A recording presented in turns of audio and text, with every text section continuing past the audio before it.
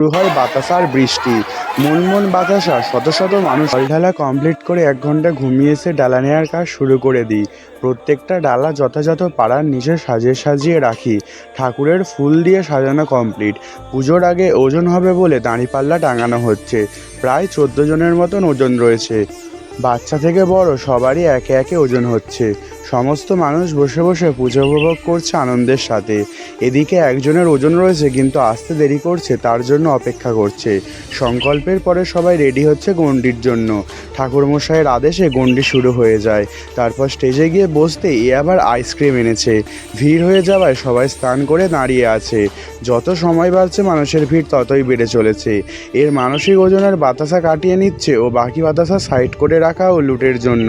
তারপর লুটের জন্য বাতাসা কাটিয়ে গামলিতে ভর্তি করা হচ্ছে। কিছু বাতাসা রেখে দিয়ে আসা হচ্ছে মোচ্ছব ও কালী পূজার জন্য।